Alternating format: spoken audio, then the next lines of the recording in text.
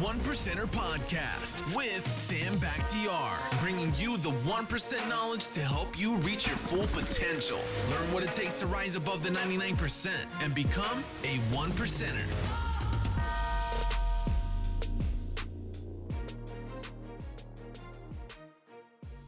Welcome to the 1%er Podcast. This is your host, Sam Bakhtiar, and I got the YouTube sensation, the YouTube king, Hooman in the house. Pleasure. What's up, brother? Thanks for having me. I'm excited. Brother, I know that you went skydiving. You were in Arizona, and I know you probably on very little sleep, but I really, truly appreciate the fact that you actually made it. Thank you. I've been watching your podcast for a while, so I've been a fan. So when I got the DM from Sam to have a chance to get on the podcast, I was super excited, and I'm very thankful that we did it. We went from 8 a.m. this morning to 11 a.m. because I had no sleep last night. I flew back at, I had a flight back at 11:30. We hopped on, 10:30, hopped on a plane, then there was some system failure. Oh yeah. Got off the plane, I told my manager, text Sam's team, let him know what's going on. So I'm glad we're here right now. I got a text from Isaac at 3 a.m. You know, I'm like, hey, don't worry, man. We can work around it. I really, truly appreciate your time, brother. You know, but tell me about the beginning, man. I mean, you're not born here, No. were you? No. So tell me where you were born. I think we were in the same country. Yeah. You know, tell me, you know, your upbringing. You know, I want to know a little bit of history, and then I want to nail on YouTube. I want to learn as much on YouTube as possible. Definitely. I'm 26 years old. I moved to America in 2007. I was 14 years old, 14 or 15. It's a long story, but moved here because my whole family over the years moved here. You know, after the last king of Iran was overthrown, everyone slowly gradually moved here. My family actually waited in line for 12 years for a raffle to win a visa. So once we got a call from America saying, hey, you guys want a raffle, you guys can move here, you have a year to make the move, my family dropped everything. You know, we sold the house, my mom and dad quit their job. And like you mentioned earlier, we had seen movies and we had heard stories about America being this place where everyone's just living an amazing life, driving Mercedes and BMWs. So we're like, yeah, let's go. I had no game plan. My family's not super business savvy, so they don't really think ahead. We just sold everything and tried to move here, then realized we can't move with all the money, so we had to bring them like 20 grand and just move here. So long story short, I moved to America, and it was not what I thought it was going to be. Same. Yeah, life was really tough. There was the language barrier, the culture barrier, and all that slowly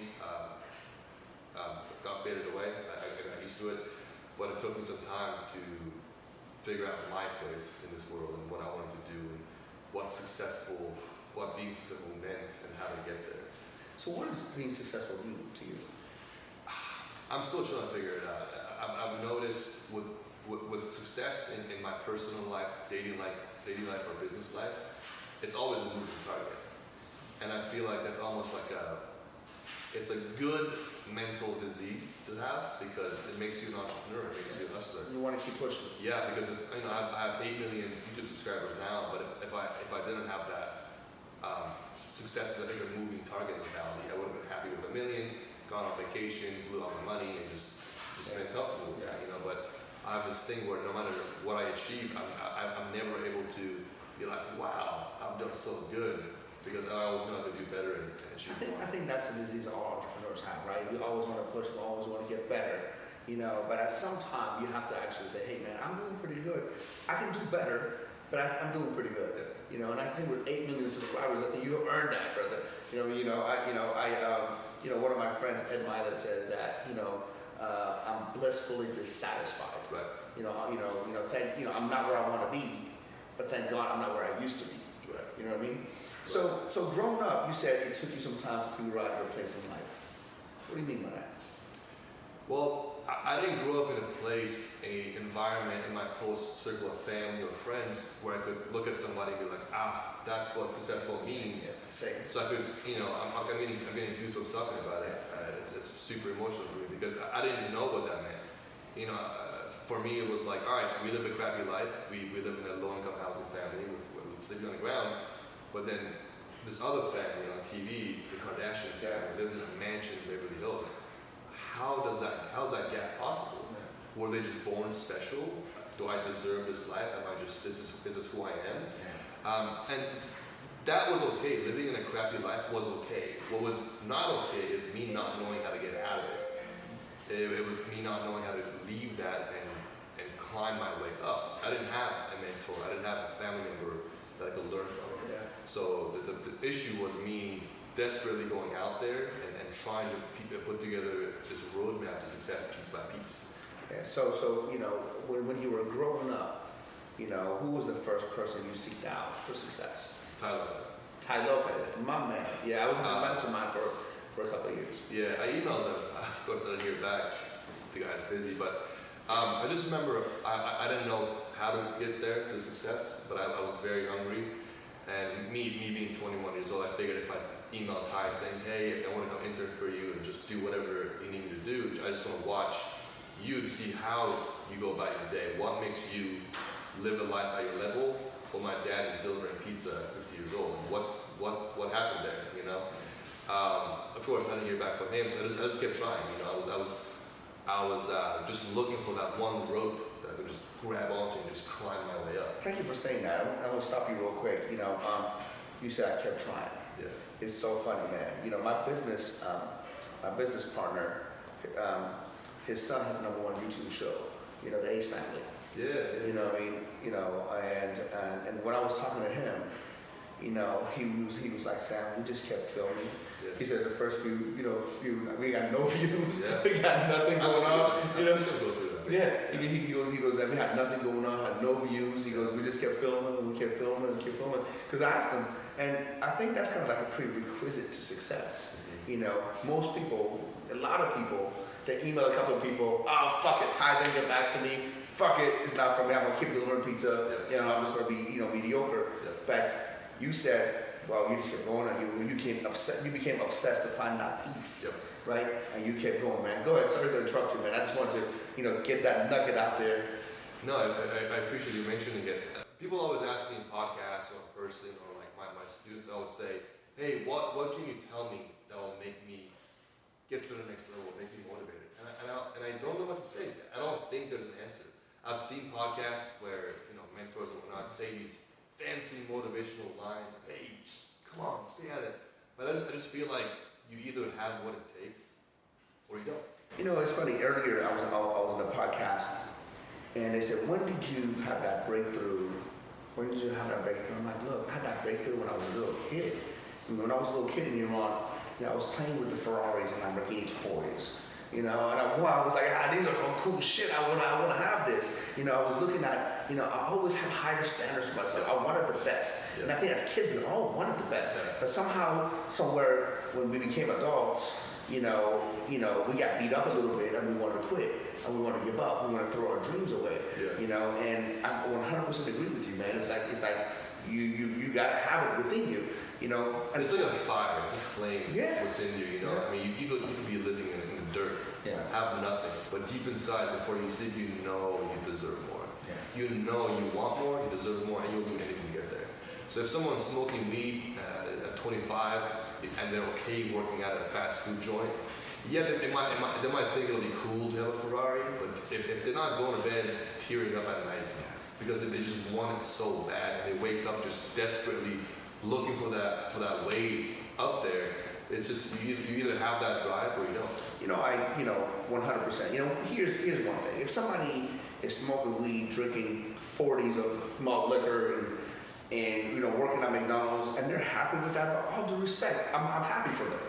I'm happy for them. If that's what they want out of life, and I'm not going to judge. Yeah. What I hate though is somebody who does that shit, but yet they want the mansion, they want the Lambos, and they want the money. That's the kind of shit that fucking bugs me. Because hey, don't say you want to do something and do completely the opposite. Don't open your big mouth if you're not willing to pay the price. Right. I always say, the only thing that matters is where you are. Doesn't matter what the past doesn't matter. Nobody cares.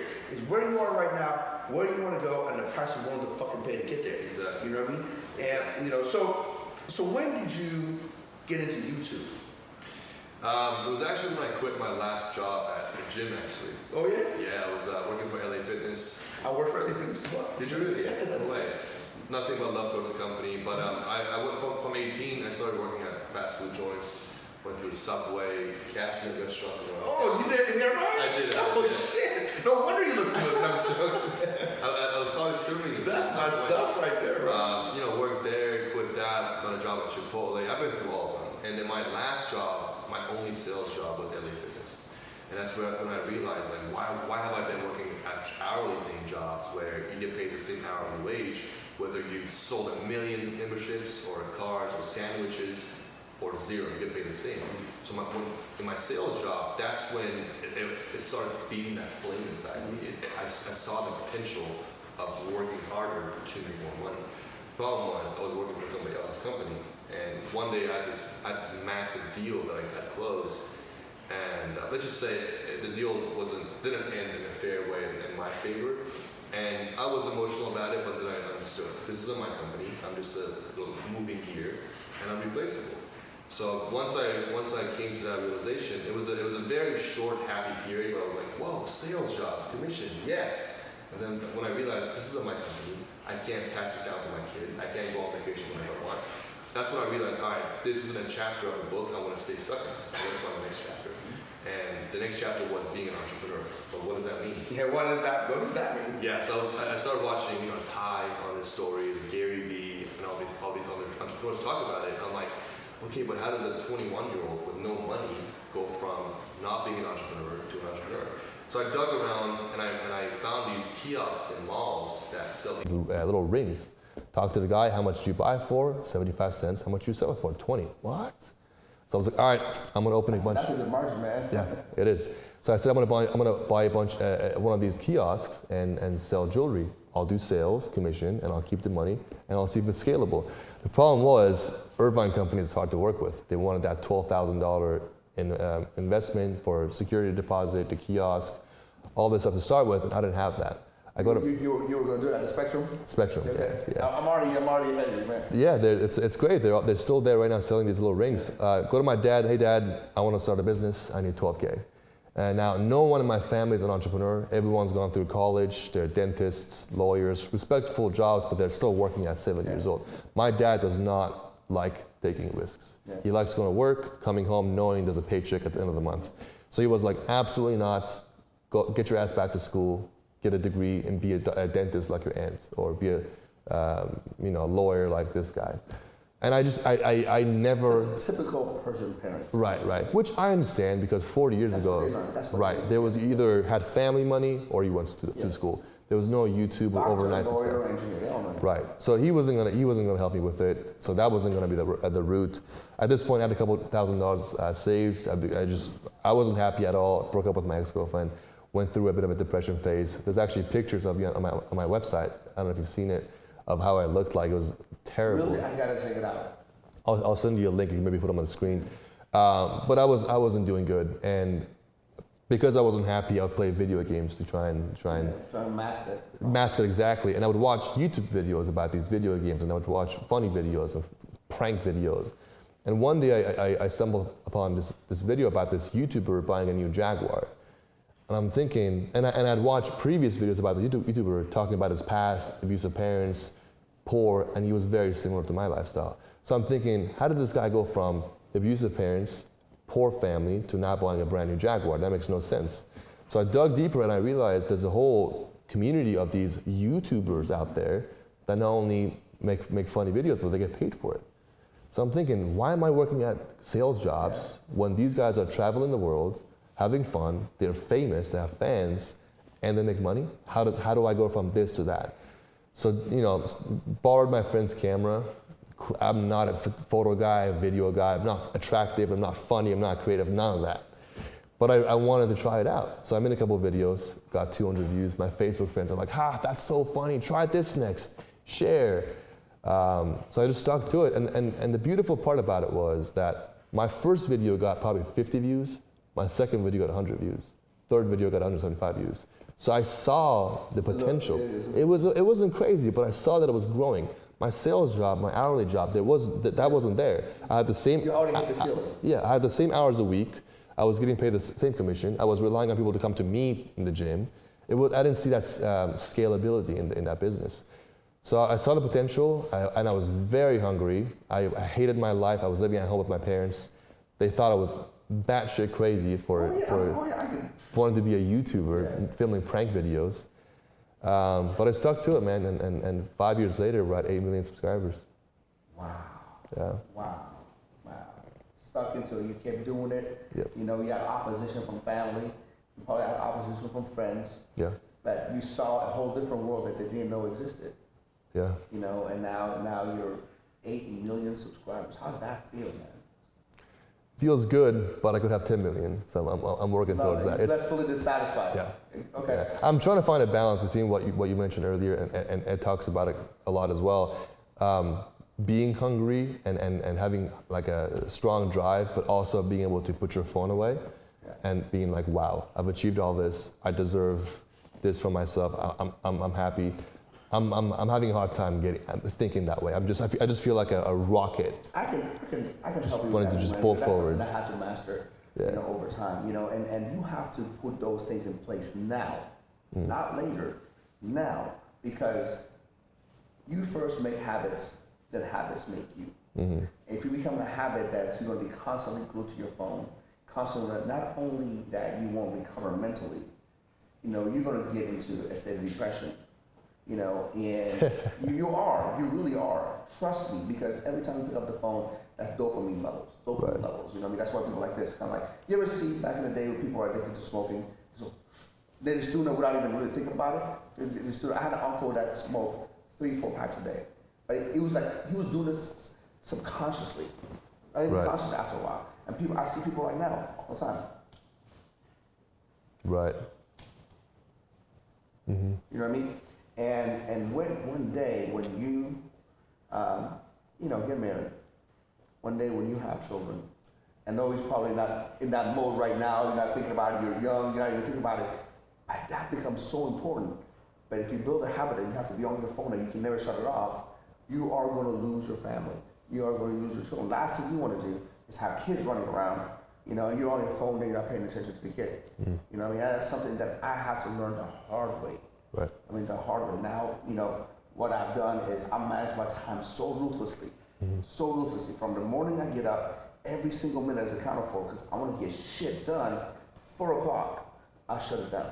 So you wake up at 3-4 a.m. Is that correct? You don't have to do that. You know, like you can structure your day however you want it, but they gotta be as productive as possible while you're working. Right. So this way, you know, when you're done, you're done. You have to stop at a certain time.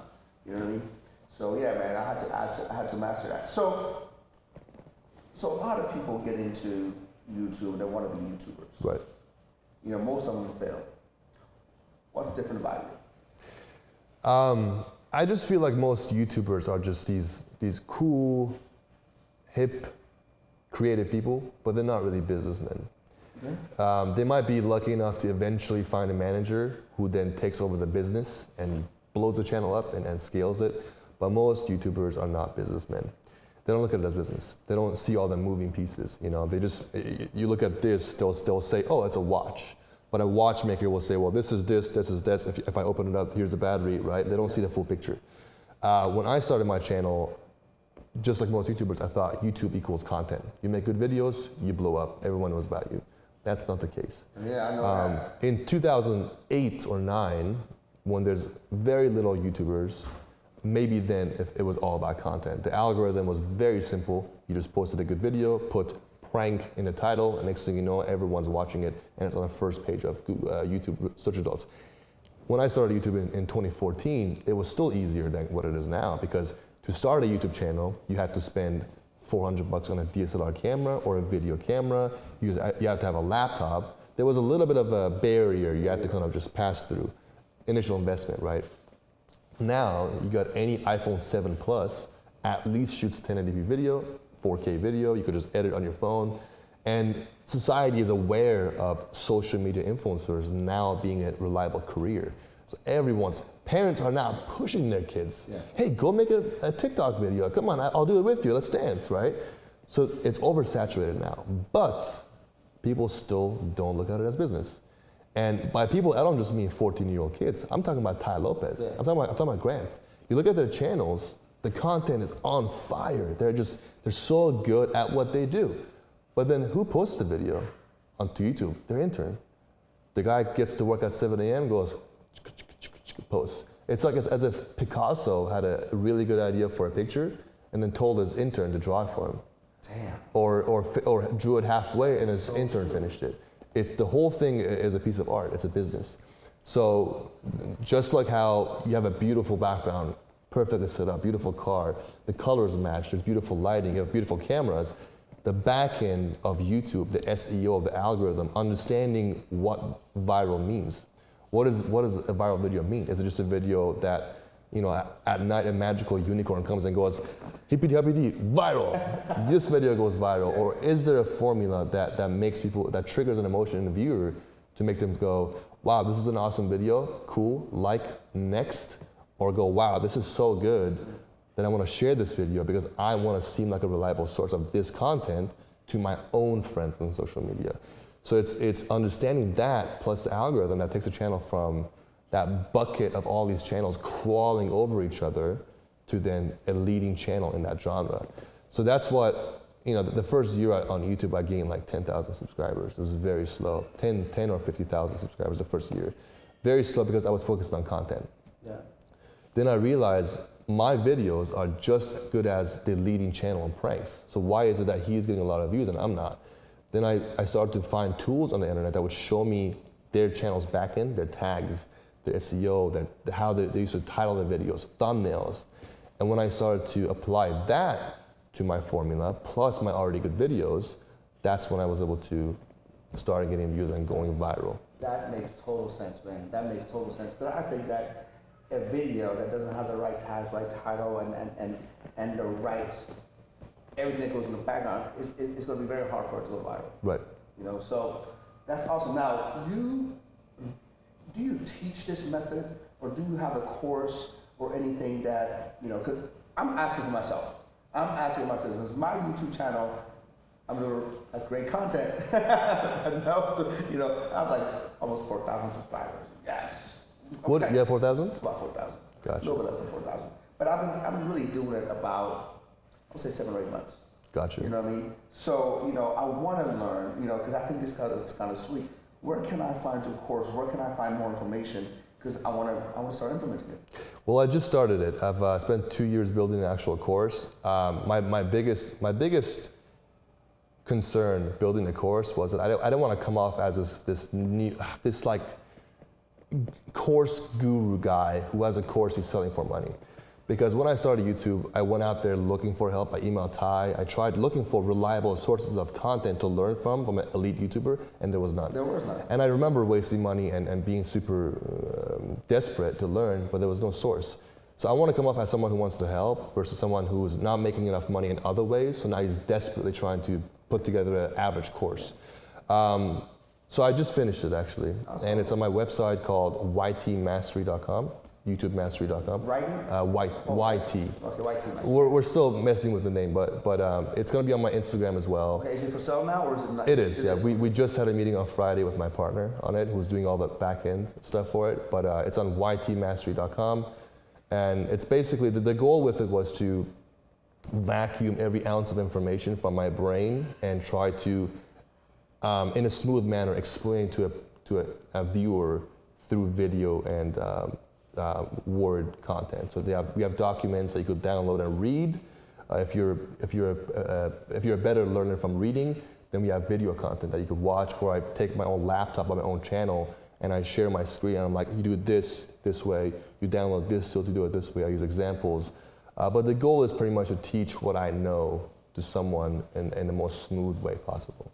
Love it, man. I'm buying this today. You're not paying for it, my friend. Oh, no, man. Persian to Persian, it doesn't work no, out. man, I'm going to support you, man. But you know what? You can treat me for some Persian lunch. Done, you know, done. And and you know what? I do want one thing, though. I want like a little discount code for my viewers. Sounds you know good. what I mean? Just, you know, because I think that for people who are trying to get onto YouTube, man, I mean, look, you know, you can go and try to find out that why don't you just, you know, learn from someone.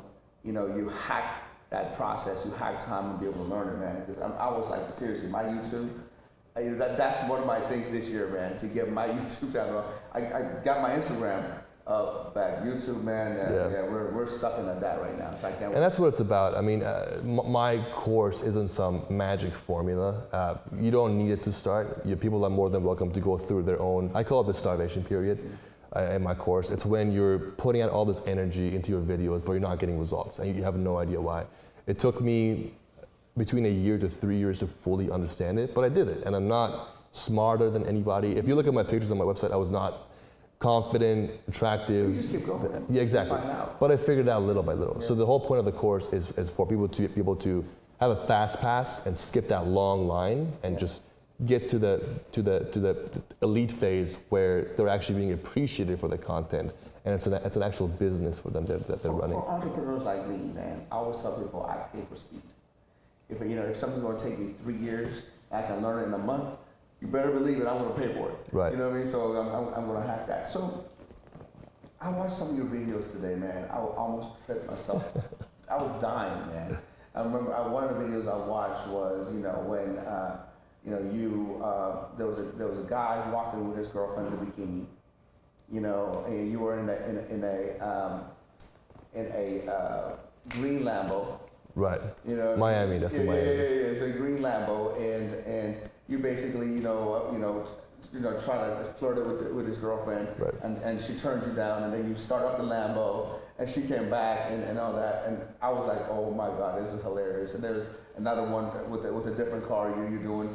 So, is that real? Yeah. Did the girl really do that? Yeah, it's really hard to find those reactions. The Miami video took 3 days of us being at the beach to get that reaction.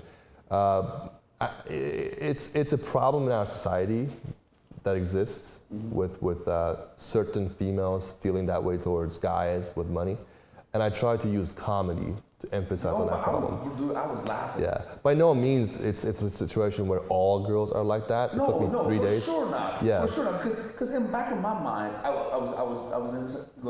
I'm like, if this is real, how many of this have done that didn't work?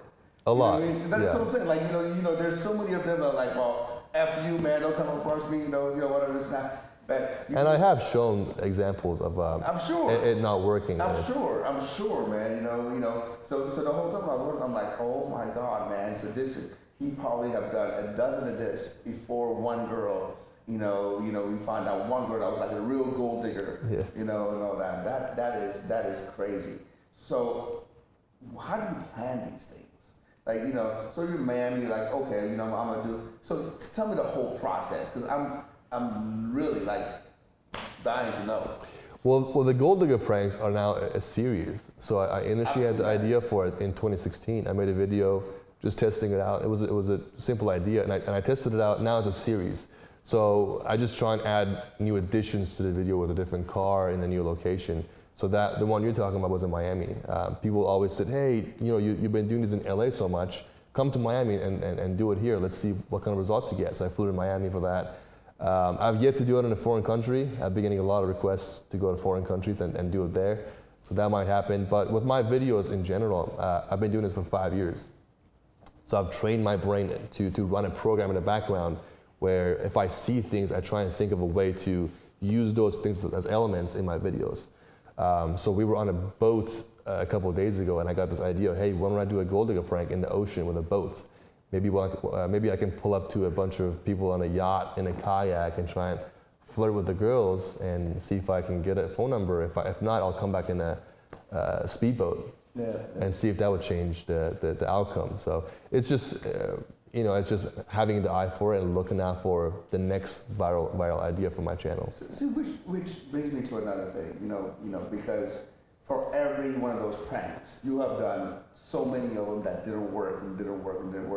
And again, and it's just that vision that you have and not giving up and being persistent. Right. Of doing enough of them to be able to get one good one and be able to get that. When I'm looking at videos, and I think that some of the content that people like are just funny videos. And people do something that they laugh because everybody, life is hard. Yeah. And they want to look at something. They want to laugh. They want to be like, oh my God, I can't believe it. Something that's like, I want to share this. Check this out. Like when I saw your video today, I was like, babe, check this out. wow, this is funny. And that was the hardest thing to crack. How do I get someone to not just watch my video, but actually share it too?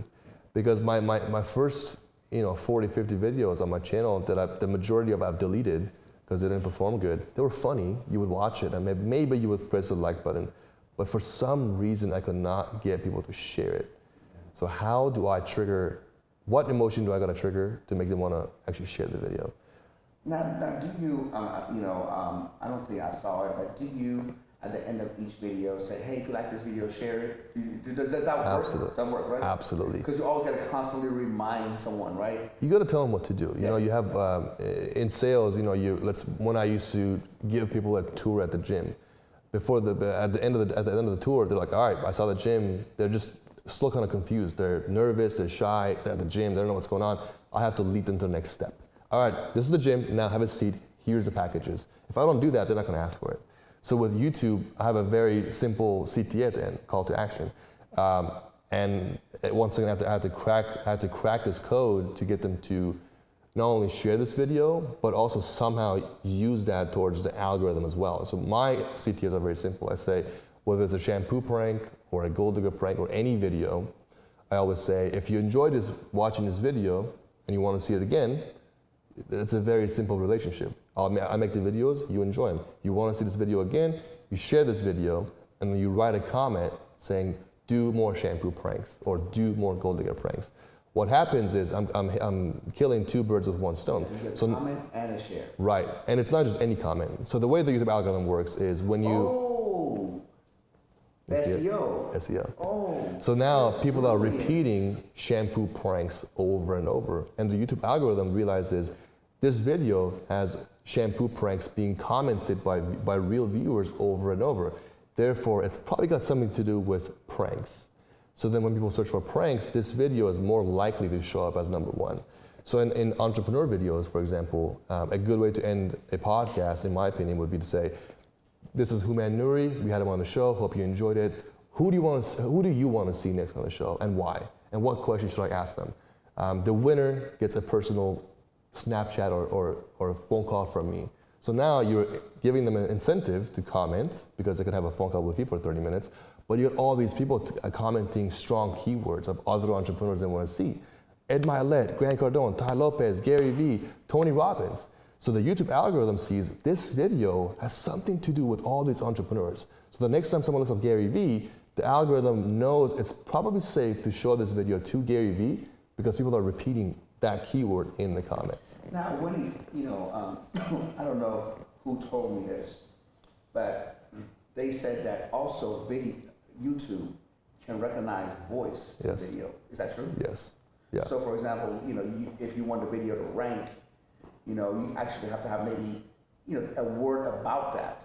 So when you do prank videos, do you ever say, hey, well, this is gonna be a prank? Right, at the beginning, in my intro, I say, what up guys, I'm back with another shampoo prank. And the reason that system was initially put in place was because in the old days, it was very easy to abuse the system. Yeah. So you could have a video about fitness, but then rank for something else. Right, but then you would use really powerful SEO to target Taylor Swift audience, and it would work. But then YouTube said, wow, we got to figure out a way to make this like foolproof or hack-proof. So then they also started to implement a very intelligent AI, artificial intelligence, that listens to the video.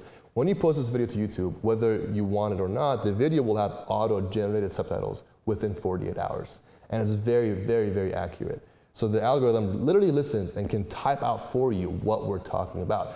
That's there to make the viewer's experience easier and smoother so they can watch the subtitle. But it's also there for the algorithm to see if the video is really about fitness, as you say in the tags, but also more important issues, like in 2016, we had a massive ad apocalypse on YouTube where there was channels promoting bad things. I don't want to go too depth into it, but it was very negative stuff that they were posting videos about. And YouTube had no way of knowing and finding these videos before they would already get a lot of views and cause media backlash. So then they implemented a system where the algorithm would pick up on bad words, and they would rank that video super low or even hide it in the search results. So if you said the F word, it would be red flagged.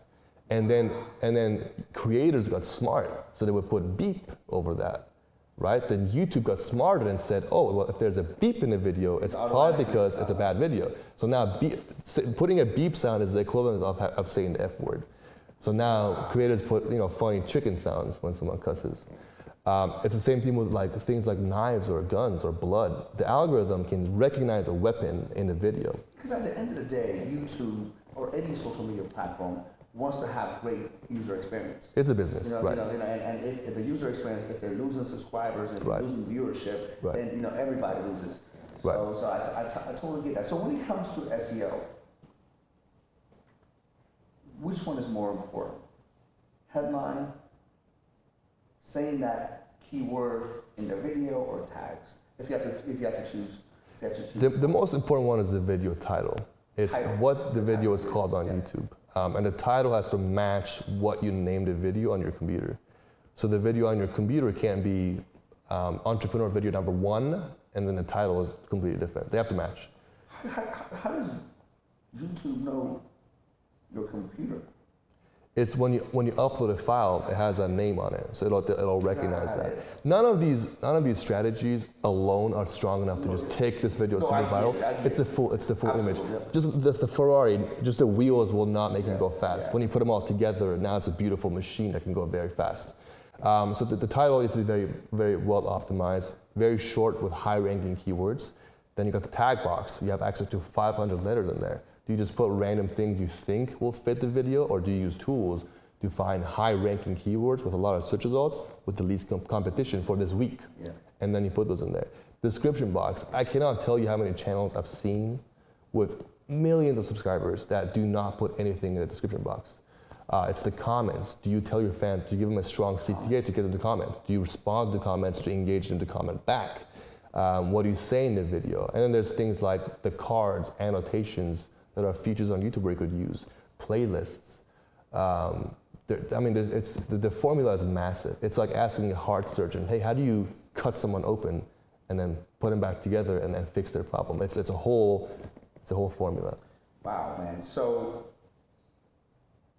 how does YouTubers get paid?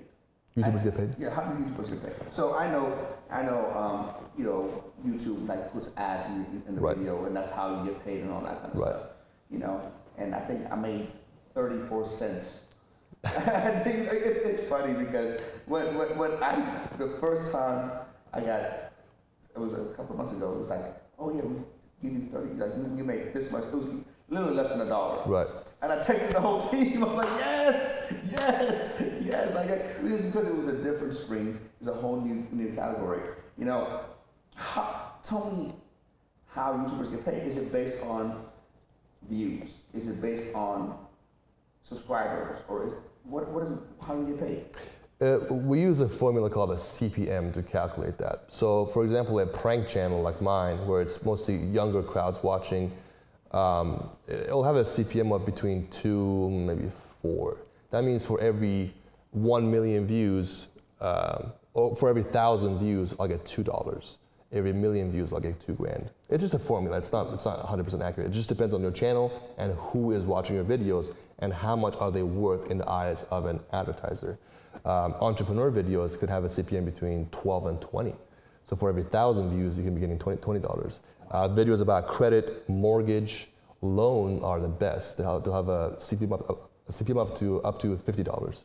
So 1,000 views equals 50. Healthcare, it's the same thing. It's just how much do advertisers value your content as. So that's as far as YouTube ads goes. That's the easiest way and the quickest way that a YouTuber can make money. You get 1,000 subscribers, I believe 10,000 hours of watch time, and you can monetize your videos. You're already there. Then the second way and the most lucrative way is sponsorships. So my channel gets, it's very healthy as far as ad revenue, but my biggest stream of income is sponsors.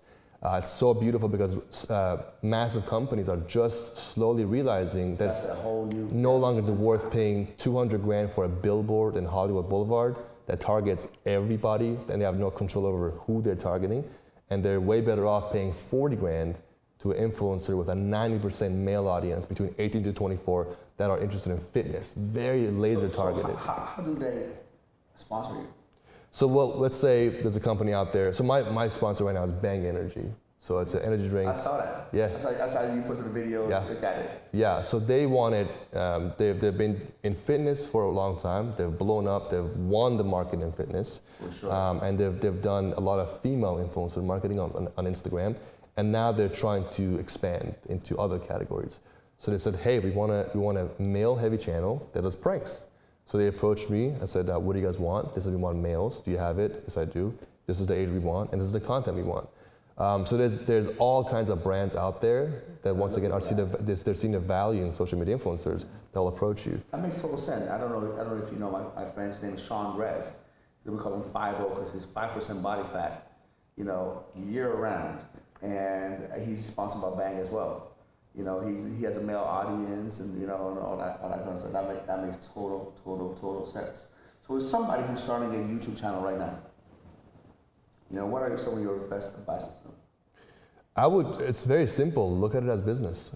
It's no longer a time where being a YouTuber is just art, just being good at making videos, just being good at drawing good makeup, or being very fit, or being very successful in business. That's no longer enough to get a channel up and running. The beautiful part about being an influencer is that you're your own boss. All the money you make goes to you. But the downside of it is that you're a TV show. You're a business, you're a TV show, but you don't have a team of 100 people like a real TV show does. But you have as much of the same responsibility as you do. This background, you got a mate, you have a whole video crew, you got lights, you got editors. As a new YouTuber, it's a lot harder to start, but if you can go past that period I call the starvation period, the end result is beautiful. It's scalable, you're your own boss, you can make whatever amount of money you want and you keep it all. It's funny, my 5-year-old, a few months ago, goes up and goes, Daddy, let's open up a business. And I'm like, what do you want to do? 5-year-old? Your 5-year-old. Wow. She goes, maybe we can open up a gym, or maybe I can open up presence in YouTube. I'm like, what are you talking about? He goes, yeah, you get paid for paying. There's a kid, I guess, in YouTube open up presence. Yeah, maybe you can buy me all this stuff, and you can film me, and we can make all this money. I'm like, I wish it was that simple. So it's out there, man. All the kids now, they understand that there's a different business opportunity out there. And all you have to be is be different and treat it like a business. Right. And you're gonna be there. So for people again who are watching this, how can they find more about you and what you have to offer? And do you also offer like masterminds or mentoring or anything like on a one-on-one basis? I've been asked for it. I want to take things step by step. I want to first start with a group of small people with my course. I want to see how the results are gained. What are the typical struggles? It's easy for me to look at my own brain and know what I'm doing, but for me to communicate that to other people, it's a whole different story. I just want to make sure that goes smoothly before I have someone work with me one-on-one or charge a lot of money for it. I just want to start something to teach a few people first. That's much respect to you because most entrepreneurs, like, well, I can make some quick money right now, and let me offer this, and you're going to get a bunch of people signed up, and then what happens is they like implode because they're not able to deliver, what like they want to. Right. Much respect to that. So where would we get your course? Where can we find more about you? What is your Instagram handle, website, all that stuff? Well, I feel like when it comes to this, it's all numbers. I can just sit here and talk about YouTube for all I want. If I don't have the numbers to show, it means nothing. Yeah. So to see my numbers, you can go on YouTube.com. It's HoomanTV. So it's my name, HOOMAN TV on YouTube. As of right now, it's 8 million subscribers. My biggest video has 160 million views. 160 million views? Yeah, on a single video. And the first question I always get is, okay, great. How much money have you spent on advertising? How much money did you spend on Google ads to get that many views? The answer is $75, and it wasn't for Google ads. My second or first week on YouTube, Instagram pages hit me up saying, hey, love your video, PayPal me $75. I'll share your video on Instagram and I'll tag you and you'll gain followers. Tried it, got nothing, never did it again. So I've never paid for any ads. It's all just making videos that people want to share and watch and share.